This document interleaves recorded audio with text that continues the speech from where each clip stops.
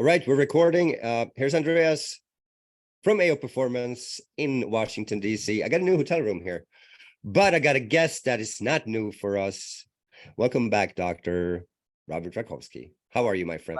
You know what? I'm epic. And anytime I can connect with you and add value to your tribe, which is the goal, it just makes it a day worth living. So thanks again for the invitation. And thanks for making our wonderful world better. Listen, I want to share, you got a super VIP that you've been working with, and you helped him so much. He tattooed your logo on his arm.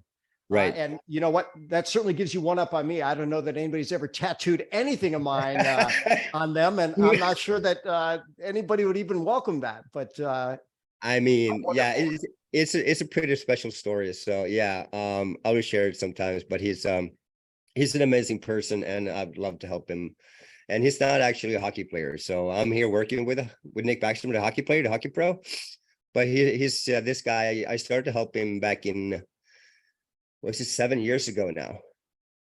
So his mom came up to me after a hockey game, and she goes like, can you help my son? Because he has like really, really bad back problems. We've been around the US to like the best doctors and the best therapists, and he's just getting worse.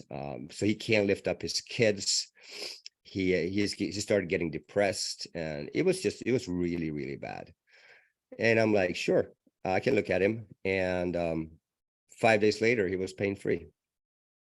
And he still is. So yeah, you know what? It's so fascinating that I wish more people, one, would realize that surgery is rarely the answer for back problems. In fact, It usually makes them worse. So connecting someone with your mindset, your skill set, and by the way, mine is complementary to yours. We do things different, but I'll tell you what, we've had plenty of stories like that. So let's just keep sharing with the world. The world definitely needs us. I agree 100%. And that was the problem too, that people are just looking at his back, and the back was not the problem. I mean, he had crushed and scarred one foot. He had broken the other foot. He had a dislocated shoulder joint. He has EDS, like it means he's hypermobile. I mean, he has so many things going on, and he had bad diet. I mean, just to start, to look at the whole. And I remember the first time I laid my hands on him, I was working on his feet, because he obviously broken both his feet, and no one has ever worked with the feet. No one ever touched his feet. So I worked with his lower legs and up to his hamstring. And after 30 minutes, he stood up, and his back pain was like 60-70% gone. I didn't even touch the back. And I was the first one ever because he had like 5 years of bad back pain, and in 5 years I was the only one that did not just touch his back. So what a great lesson, and I think almost across the board, people I've seen with chronic problems that have the resources to see really good people. Listen, if you had your back looked at by the very best and it's not getting better, hey, there's a good chance it's not your back, or certainly not just your back. So, how wonderful for you to be wise enough to see how everything works together, not just in the body, but how about in the entire lifestyle. So well done. Thank you so much. Yeah, it's special. He's a special guy. So I'm just happy to be able to help him and others. So and that's why I wanted to do this podcast too, like to share inspiration and knowledge so we can help more people, because there's so many people that are focused on one thing, and it's like, okay, take vitamin C and everything will be fine. It's like, no, it's not. It's like, you can't do just one thing. It's impossible. You have to look at everything. And that's why I think when you and I connect, it's just we create magic together, and that's why I want to share, and that's why I want you to have you back all the time too, because we have so much to talk about. Well, you know what, I feel the same. This beautiful synergy. And again, the world, boy, what we share, if they can apply just a portion of it, it's pretty much a given that everybody who applies even some of it is going to experience some improvements. And those that apply more improvements. So Right. So I asked you to come back today because I want to talk a little bit more about supplementation and supplements. I don't know if supplements is a really good word, because we were talking a little bit before we hit the record button, and I said like some supplements you can't, or some nutrients you can't get from food, you have to supplement them. So can we call that supplementation? Maybe we can. I don't know, because some supplementation sometimes has like a bad ring to it, you know. So I just want to like dig down a little bit to the world of supplements, because again, as long as when we start talking about nutrition and supplementation, I think the world is still divided. We got the critics, we got people that, you know, think the supplementation is just bad, it doesn't work, there's no science.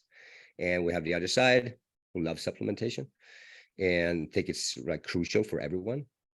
So I just want to pick your brain about some of this. Do you have some starting comments about supplementation, supplements? Well, yeah. And, you know, so one of the first things you asked me is, why do we need supplements? And by we, I'm going to say you and I, Right. because you and I are committed to showing up as our best and getting better self in service to something bigger than ourselves. And we know we need to be better, stronger, faster, smarter. And we also know, not just from reading, but from actually applying in our own bodies and with some of the most elite people in the history of the planet, that they quite simply get better with it. You know, and then your follow-up question, does everybody need supplements? Well, needs a pretty big word, only if you want to be your best. Because here's the simple fact. We have, and I think people are waking up, we've been in the process of depleting the resources that supply humanity for nearly 100 years. You know, if we go back 100 years ago, some scientist who was pretty bright, and there was value to this at the time, figured out you could grow a big plant with 3 minerals, nitrogen, phosphorus, and potassium. But let's do some simple math. It takes 30 elements to make healthy plants, animals, and humans. If you pull 30 out of anything and only put 3 back in, eventually you're going to have a problem. And now, literally the whole world, people in the know say, we're at a critical point. We have depleted things to the point where if we don't address it quickly, we could be at a point of no return. So, you know, some people are waking up to that, but anybody who absolutely wants to be their best self, first of all, if they do a supplement, will it do any harm? Not if they take what we're recommending. Is there some garbage out there? There sure is, but high quality stuff, bioavailable, it is certainly a first do no harm strategy. And we've both seen it's the difference between someone who can, you know, gut it out for a full season at high demand, like the NHL or the NBA or Major League Baseball or NFL, or in the boxing ring or in the cage. I mean, we've seen it all. And you know what? These people know right away, I do this and I perform better and I recover better and I am better. So those who want the best, yeah, they'll follow that advice. Some people say that like the only like real supplements that have a lot of like dense science to it is creatine. And rest of the supplements is like don't have any science to it, really. Yeah, I know you're laughing about this, but I need to just address this because I know people think like, you know. So I'm going to turn back my clock, 30 plus years. So the founder of functional medicine, Dr. Jeffrey Bland, was Linus Pauling's research director. And this guy's an absolute genius in nutritional biochemistry.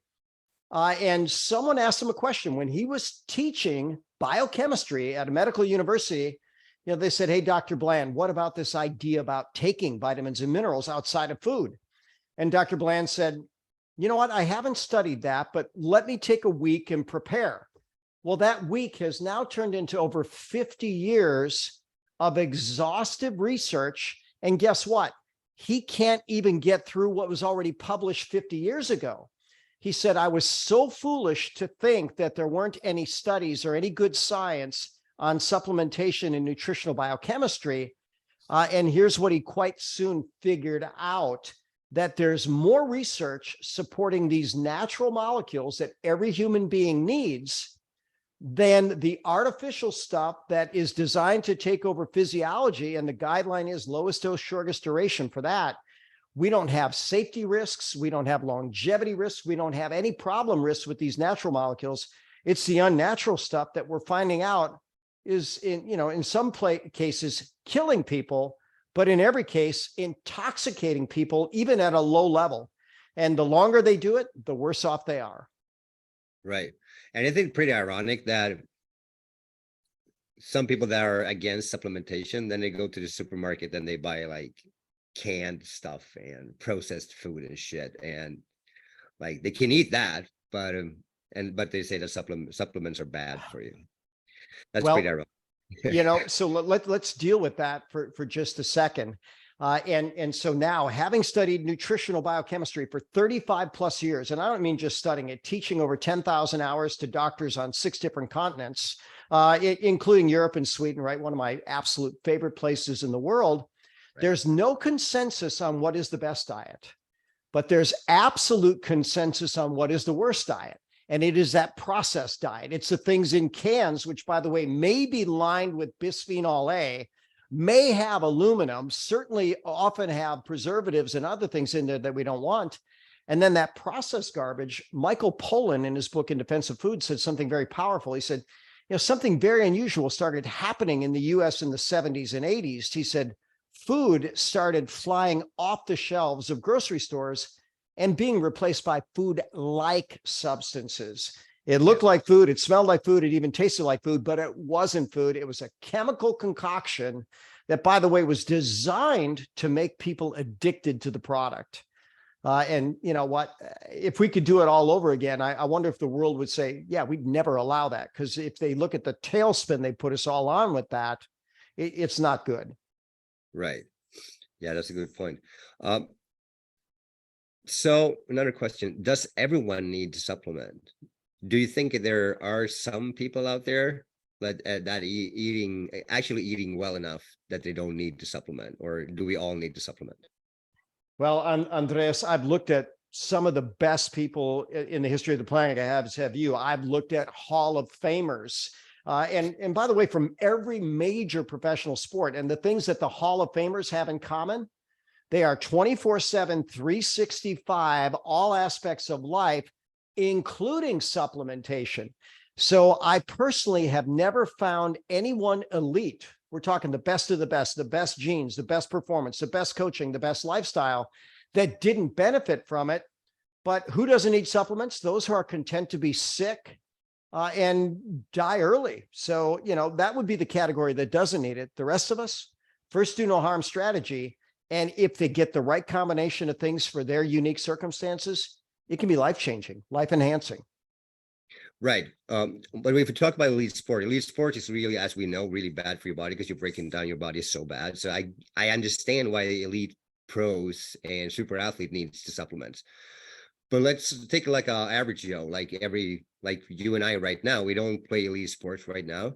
Eating really healthy, taking care, we have good sleep. Do we also need, is it still as important for us?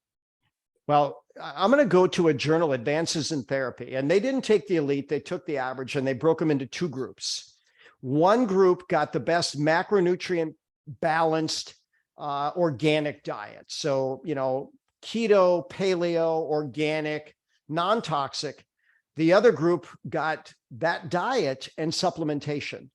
And what they did at the start of the study, they actually took biopsies of the tissue and they quantified the level of nutrition in the tissue, which, by the way, every one of these people was deficient in at least one thing to start. And here's what they found. On diet alone, no one improved the nutrient value of anything that they measured, but with diet and supplementation, both. So the conclusion from the article was this: food is too weak to replete depleted cells and bodies. Therefore, supplementation is advisable to everyone. So even if you're not pushing your body to the limit, you're breathing air, which has toxins in it. Sorry, that's the way it is. You're drinking water that has toxins in it, including pharmaceuticals. Sorry, that's just the reality. You're eating foods that's depleted and toxic. And how does that add up? It doesn't add up to a picture of optimal health, that's for sure. Now, the better your genetics, the more things you do right, likely the longer you get along before you start breaking down, but you will break down early if you're deficient, and you will be suboptimal in terms of performance. That's for sure. Right. That's a great answer. So go back to, like you said, macronutrients. So just quick explanation: what is macro? What's macronutrients? Right. So the macro, that's going to be the protein, the carbohydrates, the fat. And by the way, I might even include fiber in water. I'll add 2 more in because those are absolutely critical. We're going to need some of that. Now, interestingly enough, there's people on the carnivore diet that are saying, hey, maybe we don't need fiber. But I think the data is quite there. And by the way, even though some people do pretty well on a carnivore, we're omnivores. We need all different types of food. The micronutrients, those are going to be the vitamins, the minerals, the amino acids, the enzymes, the probiotics, even I'll call those micro. And we're finding that they all have a huge place in human health. Perfect for all of those people that wonder what's the difference between macro and micro. So let's say this. I want to supplement because I want to feel better, but I can't afford a lot of supplements. What should I focus on? Let's say I have like maybe $50 to $100 a month to spend on supplementation. What would be my first choice of supplements, you think? Well, Andres, I'm going to answer it in a weird way. The choice for you ought to be that which you need the most, right? So when we start talking about an average person, if we start looking at that and we come to realize there's so much variability out there. But when I created my own nutrition pyramid, which I did, and I share the story leading into it because it's a very sticky story. There was a researcher, Barry Sears, PhD researcher, wrote a book called The Zone, very popular. At the time, he put up a copy of the USDA food pyramid, and he said, if ever there was a terrorist-like plot designed to destroy the health of the world, this would be it. And so since I like sevens, I created my own nutrition pyramid. The base was food. If God made it, it's okay. If man made it, stay away. Then we go to superfoods, which have all the fabulous 50, all the vitamins, minerals, amino acids, proteins, carbohydrates, fat, fiber, and water in doses that make a difference to human health. Then we go with medical foods, functional foods, and these are proven to enhance human health. We go with a good multivitamin, multimineral, probiotics, omega-3, D3, K2, and then we're at the top. But when we start talking about superfoods, as I describe them, since it has all the fabulous 50, you might want to go with that. But keep in mind, there's a whole range of quality of superfoods. Some people grow superfoods, in a plastic bag with very little nutrition. And if the soil doesn't have, the nutrition to give to the plant doesn't give it to us either. So you want to be very, very diligent. Using high quality superfoods would be the first thing I'd say. But ultimately, do you have a specific vulnerability? Do you have a specific deficiency? And in that case, that's what we want to support for that particular person. Perfect answer. So I gotta jump right into, let's say I have, because you and I know, and a lot of people out there know, that sleep is the most important thing we do to recover and to keep building our bodies up and feel great, and from longevity and everything. So let's say I have trouble sleeping. I have trouble falling asleep, and I maybe wake up a few times during the night, and I never feel rested when I wake up. What kind of supplements would you recommend for those?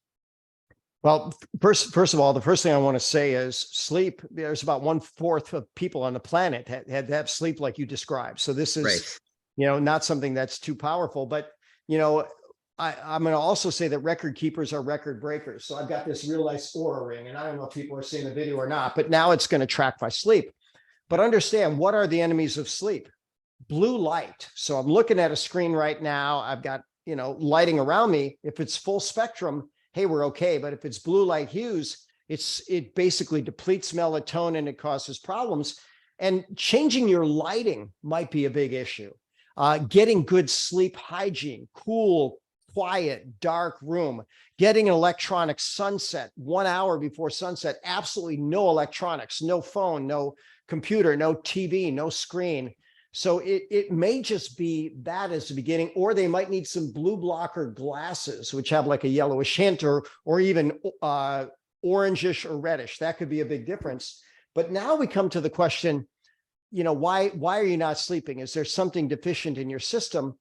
And here's what we know from huge studies way back when: cortisol and melatonin are inversely proportional. So if the body is spiking cortisol, if you're under a whole lot of rest, then your body and your brain, and I'm going to distinguish both, won't make melatonin. So maybe we want to slow down stress. Now, interesting enough, melatonin will suppress stress. Theanine will, an amino acid that crosses the blood-brain barrier, that will buffer emotional distress. There's calming adaptogens like valerian and lemon balm and chamomile. And these are all things that are proven to work. And even something simple like magnesium. You know, you and I can smile about magnesium miracles that we've seen and maybe even experienced at different parts of our life. Very, very, very underrated for a lot of things, including sleep. Right. And then there's different chelates of magnesium, like magnesium taurate, which could be very, very powerful. But the first thing I'm going to tell people is, you know, let's get your stress under control. Let go, let God.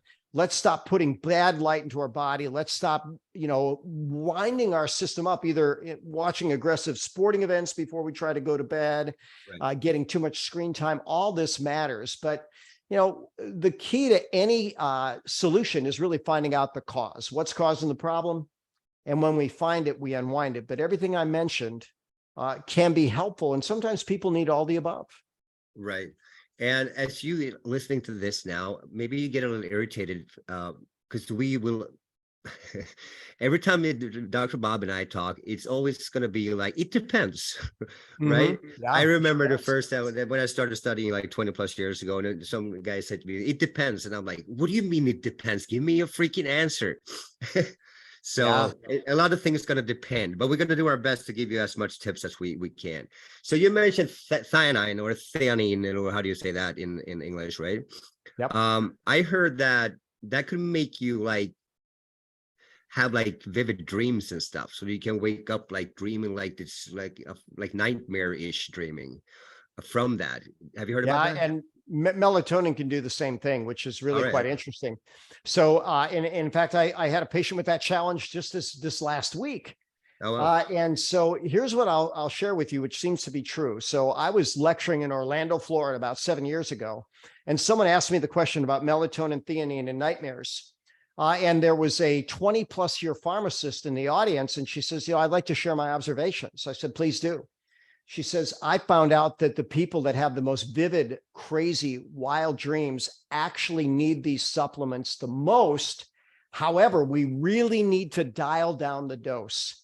And, you know, when we start looking, theanine, a therapeutic dose, 100 to 200 milligrams, melatonin, 1 milligram to 2 milligrams. How low can they go? So I have liquids of each where a single drop is on the microgram dose. And I'll have people say, you know, okay, here, let's take a drop of each at bedtime, micrograms, and let's see what happens. And then we build up their tolerance. And, you know, as long as people are patient with it, and, you know, some people are going to go through it pretty quick. They can go from 1 drop to 2 to 3 to 4 to 5 to 10 to 20 to a therapeutic dose. Right. Other people, they go from 1 drop to 2, and they realize 2's too many. I need to take 1 for 7 to 10 days. Now I go to 2. You know, there are people out there with very sensitive chemistry. We want to work with them. We want to honor it, but we want to understand that these vivid reactions aren't normal. And it's a deeper sign that something's not quite right. And now 7 years of playing with this, I believe that pharmacist was exactly right. These people really need it. They just can't tolerate much at all. All right. So let's start with A and then go to B, C, D, E, F. Like, yeah, like yep. Training. We need to adapt. Yep. And I heard that you said like watching like sporting events and like exciting stuff before going to bed. Would that like affect like the epinephrine and norepinephrine? Absolutely. Right. Oh, absolutely. Yeah. You know, and I myself, you know, I had to really change my own personal habits. You know, I when I studied martial arts, at one point, the only option for martial arts classes were 7 o'clock at night. And I take a class like you take a class. I finished that class at 8 and I'm still amped up at midnight, you know? Right. And so I just said, you know, I'm going to train in the morning. That's the right time for me. And, you know, it didn't take me long to figure that out. I train late, I'm going to be awake. But same thing, you know, I watched the Super Bowl. That's a, you know, global phenomena. It was a great game, but I'll tell you what, game ended at 8:30, midnight. I'm still watching some of the plays in my head. So maybe I'd be better off recording that, watching it the following day. So coming back to that then, because what is a lot of, especially, you know, teenagers, younger adults that train and play games late at night, because when you're like 17, 16, 15, 16, 17, up through 20, you have like really bad practice times and you will come home like maybe 10:30. So we know from sleeping standpoint, it's really bad to eat like close to bedtime, but they have to eat. Yep. I guess the supplementation protocol would be something to recommend, like fluids instead, maybe a protein powder, whatever would be to recommend. But I guess too, like so epinephrine is like, I mean, it's adrenaline, right? So you can correct me if I'm wrong, but I think it's called epinephrine in the brain, and adrenaline from the adrenals would be obvious, right? So in the body, it's called adrenaline, and in the brain, it's called epinephrine, right? Yeah, it's the same molecule. You're right. Same And that's the distinction that people have had with it. But, you know, I learned a new term that is so accurate from one of maybe the world sleep expert, Matthew Walker. And he wrote a book called Why We Sleep. And I'll tell you what, I resisted reading that book because I thought, I know why we sleep, but it is so insightful, and he's dedicated his whole life to it. But his new term is sleep is mental floss. So for those of us that know dental floss, if we don't floss our teeth are going to go bad. If we don't floss our brain, mental floss with sleep, our brain's going to go bad. And we know that deep sleep, that wonderful, consistent habit, that's where the detoxification, the nourishment is all happening. And if you eat before bed, you're going to disrupt that process. If you get hyped up before bed, you're going to disrupt that process. Now, back to this idea about teens, you know, coaches need to know better. And let's face it, if someone's 16, 17, 18, they're more resilient than if they're 37, 38, 39. You know, there's a lot more life in that person, but that doesn't give us license to abuse these people. And I taught a neurology series with a neurologist from Cornell in 2009 around the world. And he said, you know what, our biorhythms change over time. You know, babies, they might sleep 20 hours a day. The typical teen body clock is late to bed, late to rise. There's plenty of teens going to bed 2, 3, 4 in the morning, getting up at noon. That's the right thing for them to do. And what do geriatrics do? They're early to bed, early to rise. Go to bed at 8 o'clock, wake up at 4. But if we dishonor physiology, we ultimately pay a price. Our teens are so resilient, we get away with it. But I'd love to see people honored with their body. And we're getting to a circumstance where more people are doing homeschooling, private education, where they're a lot more in control of their schedule. And here's what I see. These people are more balanced. They're generally healthier because they're not put into a box that they don't fit. And so we want to honor everybody. And the more we learn, the better. And this is a great example to know this. If you're a teen, hey, your body clock most likely 90+% of the time is late to bed, late to rise. Why not honor your physiology and your rhythm? Right. But is there a supplement they can take after practice if they go to bed? Should they take melatonin or something? Well, the melatonin, theanine, those are great. The magnesium is great. The valerian, the lemon balm, the passion flower, the chamomile, these are all great things. But keep in mind, you know, the more you eat and or drink, you know, we don't want any calories in this. Tea doesn't have any calories or very few. The more you burden your body, the more you take away from the brain cleansing itself. So those supplements are great, but meals, not so great. Not so great. And we have the same problem with like what I'm doing here now. I'm working with the NHL. I mean, they play every other night at 7 p.m. and they're done at like 10:30, and then there's interviews and all that. So they're maybe at home at 11:30 midnight every other day. And then you have the travel and the time zones and all that. I mean, it's tough. And then you have one of the toughest, maybe the toughest sports on the planet too. So, and playing 82 games in a season plus playoffs. So yeah, we that's I don't think we can change that schedule anytime soon. But if we can do some better sleeping protocol before going to bed, maybe we can sleep a little bit earlier. Maybe we can gain 1 or a couple of hours if we're lucky. So would like same protocol would be beneficial for them? And can they take, let's say you're 20 years old and you start off as a pro athlete, could they take that during the whole career, like melatonin and theanine? Let's say, and magnesium, let's say, and maybe CBD oil, whatever. Let's say they take that before they go to bed. Would that be harmful over time? Let's say they do it for 15 years every night. Would that be harmful? Well, here's what the data shows, and this is also what my personal experience shows. They're not addictive. There's not negative feedback, and therefore it shouldn't be a problem for that period of time. Now, when I say they're not addictive, sometimes people might just have the comfort of, or maybe even feeling like a little psychological addiction. But I'll tell you what, I've said for years, you want to choose your addictions wisely. If you're addicted to really good choices and top things that balance your brain and body, then that's probably going to be a good addiction. So no problem taking that their entire career. But here's what you know and I know: there's an on season, there's an off season, Right. and if you're like if your elites are like mine, they consider the off season even more important. That's the time where they differentiate themselves from everybody else, because they are going to do everything right 365 days a year.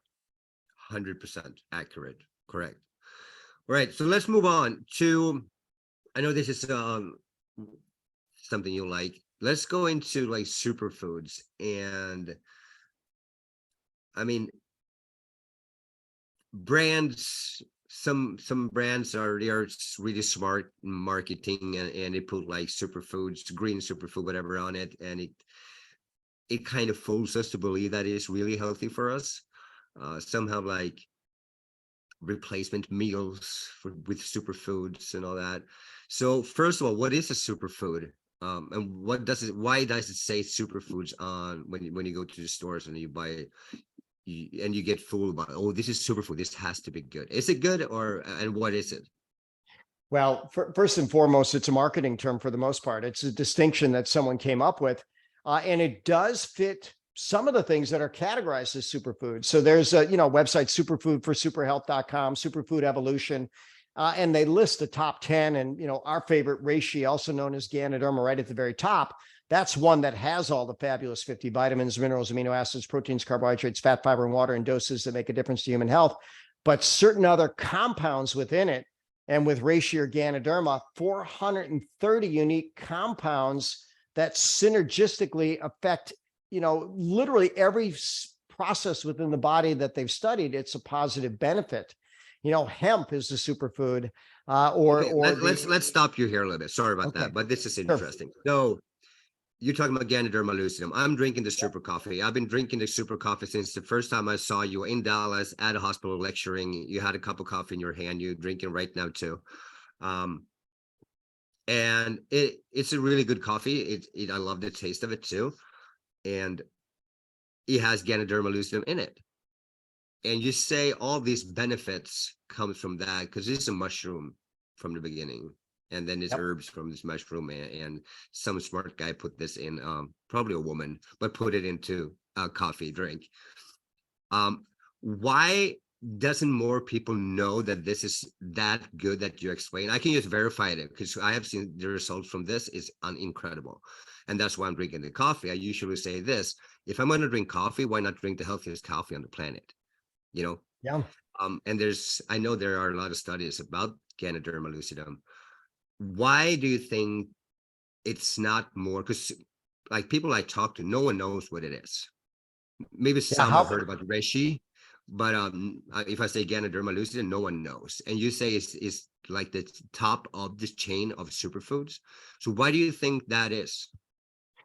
Well, Andreas, there's a war on health, and I think more people have woke up to it. So for instance, if we take this particular superfood, and I don't want to get your podcast, flagged or censored, but so there was a problem that the world has dealt with a virus for a few years.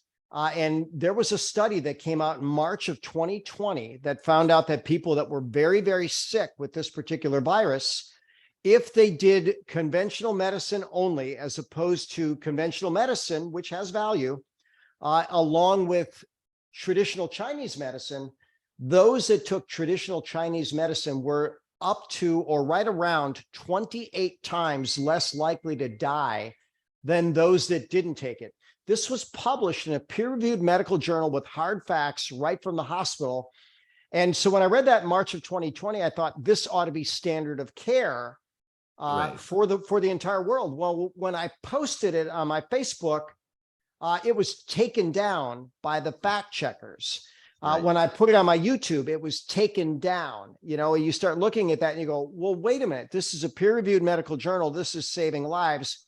Why would that be taken down? And a lot of people have come to realize there are some forces at play that don't want information like this out there.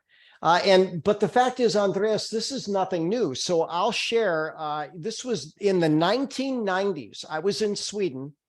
I was teaching a nutrition seminar, and I was introduced to a very powerful, influential individual.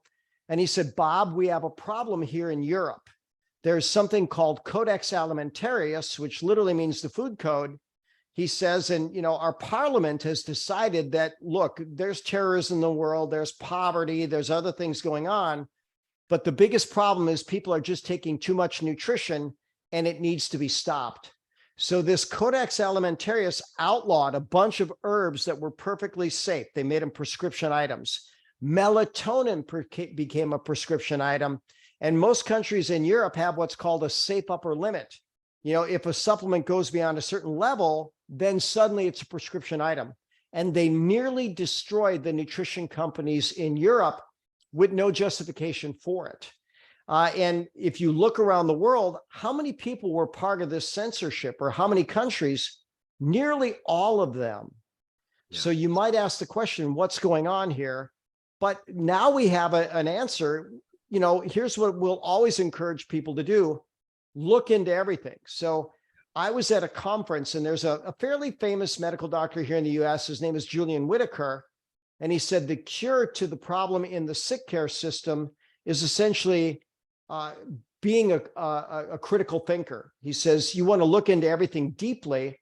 And there's drugs that people are taking that might cost $250 a month that have 3 pages of side effects. And you look at the benefit, it may not be any better than placebo, and it might even be harmful. So why are these things happening? Well, people are waking up to the realization that maybe there's more than just health driving the scene of what's being marketed as healthcare. Most healthcare is not healthcare, it's sick care.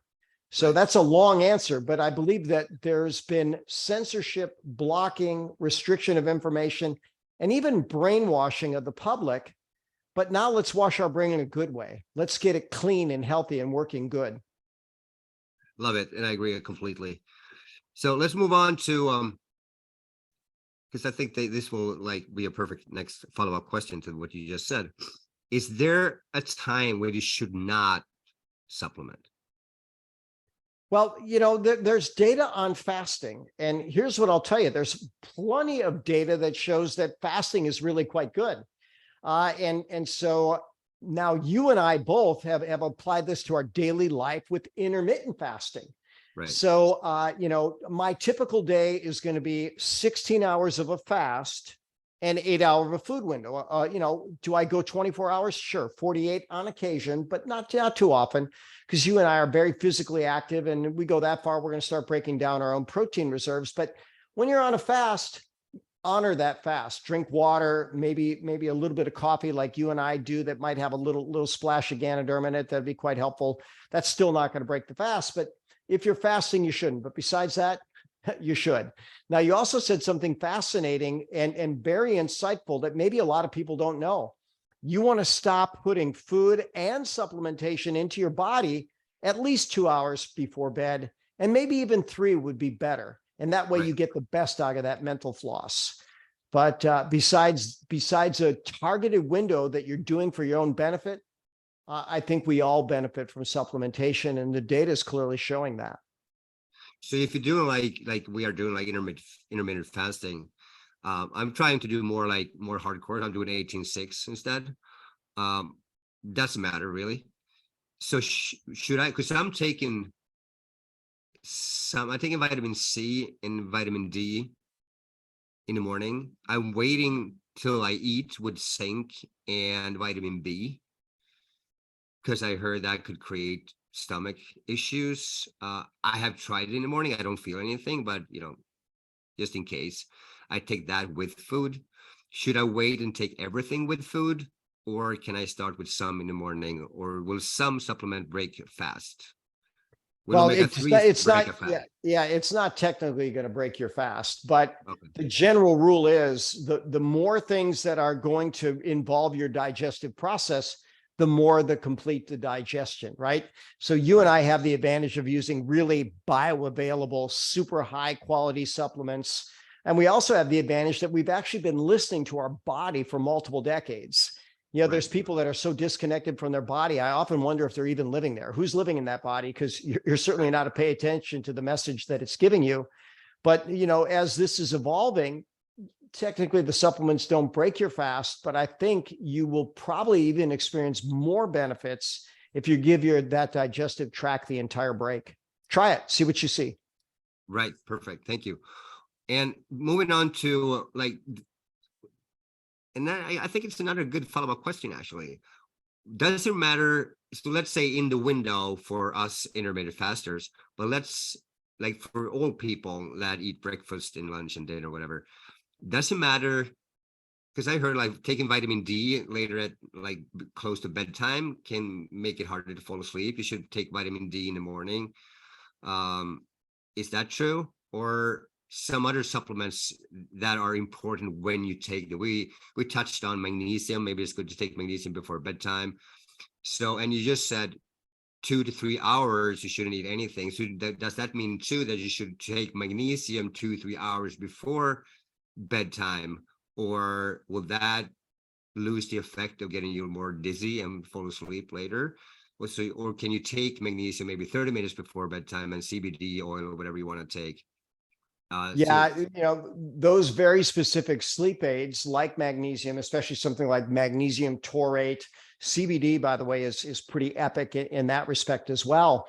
But when you start looking at a supplement, if it's going to interfere with sleep, it might be involved in some type of, you know, excitatory pathway in your system.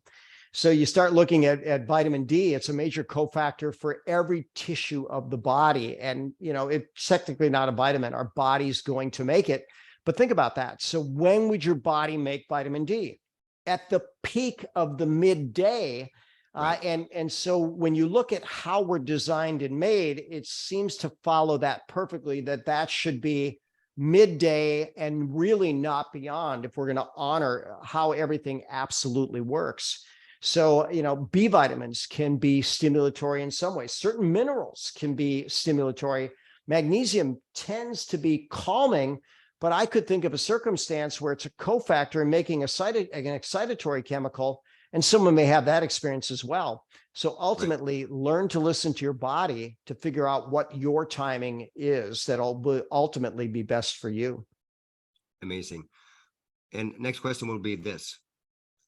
Should I take a break from supplementation ever, or should I just keep going always? Well, when you start building reserve, you're perfectly fine to take a break.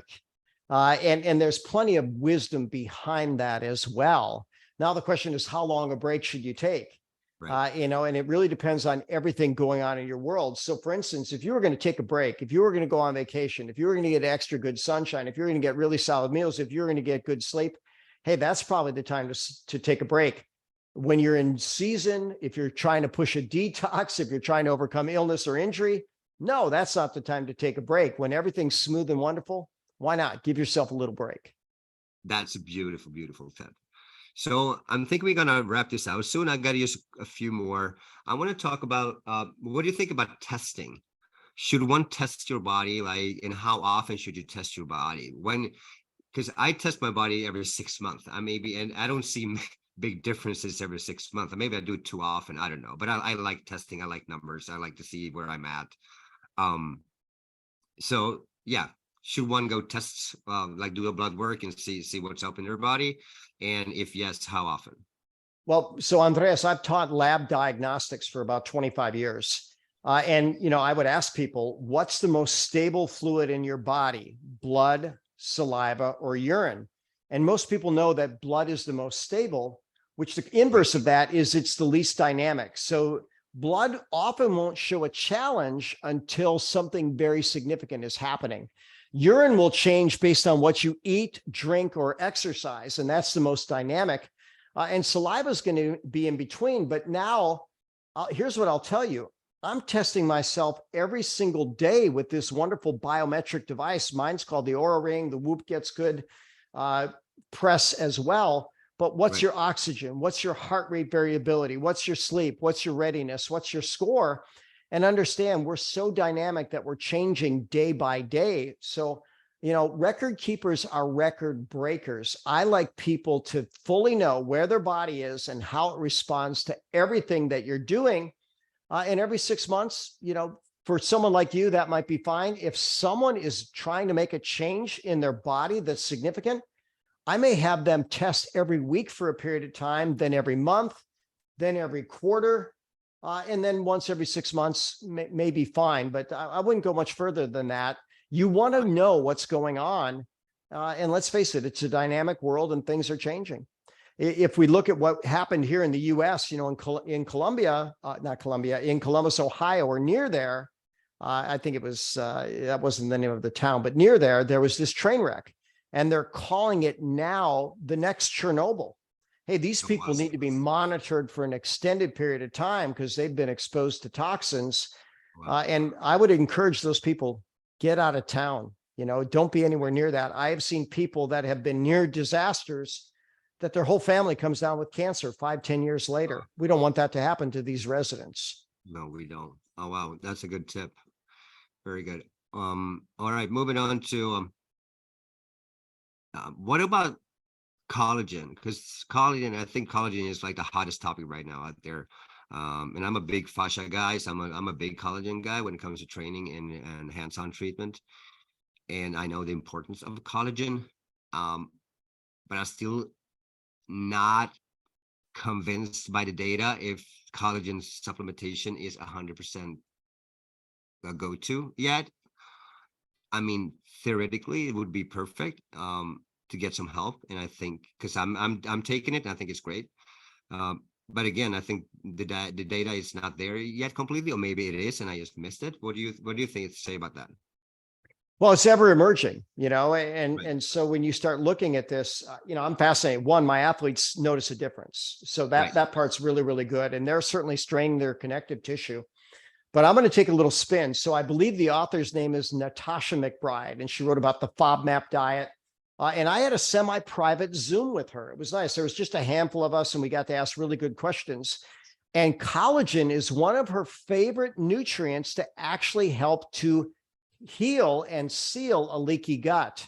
Right. So, since getting that data from her, and she's got really good science behind it, I've been using even more collagen. Now, the key with collagen, or really anything you put into your body, is going to be quality.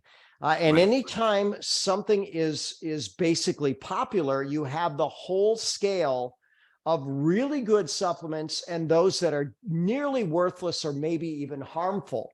And here's the sad reality. There's probably research going on with nearly worthless or harmful collagen, and people are saying it's not good. But when they look at the really high level stuff, it certainly is a first do no harm strategy, and plenty of people are seeing benefit. Yeah, I'm the same there. My athletes see huge difference, especially when it comes to injuries and post operations, post surgeries. I mean, it's crazy how well it works, I think. Especially we combine with vitamin C, it's incredible. So yeah, I think we're going to see a lot of data coming up. And thanks for sharing that data about leaky gut. That's amazing. And I think, it makes sense too. Like looking at the gut microbiome and everything. I mean, we have collagen everywhere, so it just makes sense, right? Yeah, let's face it. You want better connective tissue, put in better substance to build it, and that's super high quality collagen. So it's fascinating. One of my great nutrition teachers over the years, he said, eat muscle to grow muscle. So it's pretty hard for a vegan to really have the same level of physique. If they really work at it 24/7, supplement well, there are some exceptions to the rule, but generally speaking, those aren't going to be your best connective tissue or muscular athletes. So why not give your body exactly what it needs to make the collagen? And that is putting high quality collagen into your system. 100%, yes. So coming out to maybe my last question, and I think this is kind of funny. People say that you have to take too much vitamins and like the water soluble. That's how you say it, right? the water soluble vitamins like vitamin C and stuff, you're just gonna have an expensive pee or expensive urine. And I usually say this, yeah, I want to be the person on the planet who has the most expensive urine. That right? That's my attitude. Like I want to have an expensive urine. Yeah. But most of us don't. Most of us have like urine that's disastrous because they don't have any nutrients in their bodies. So I'd rather have an expensive urine than not, or the other way around. Well, So what do you think about that? How often do you think that actually goes to waste? Yeah.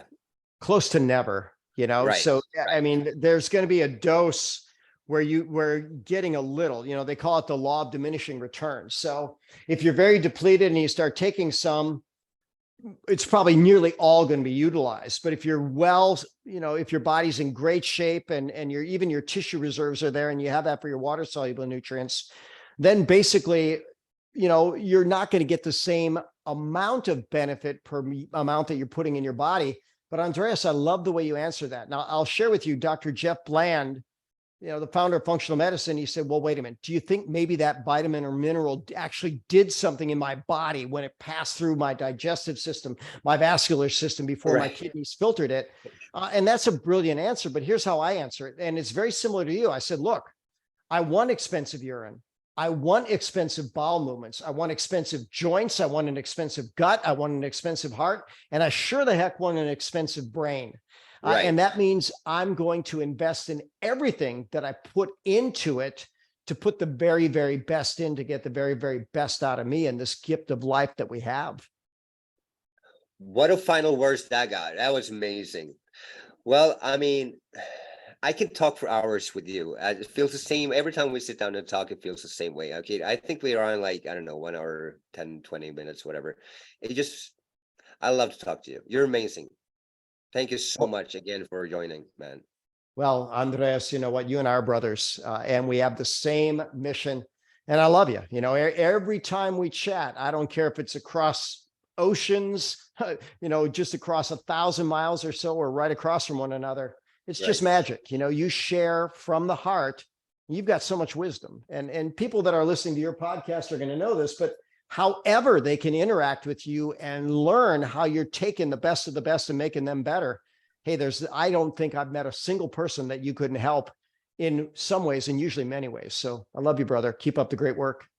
I appreciate those words so much, more than you think. And I can't wait to get together. It was too long ago now. We need to see each other soon and hang out. So, but you know, let's get to work again. So thank you for this. And I'm going to, do some good here in Washington, and give my best to your family, and another congrats to your newest granddaughter.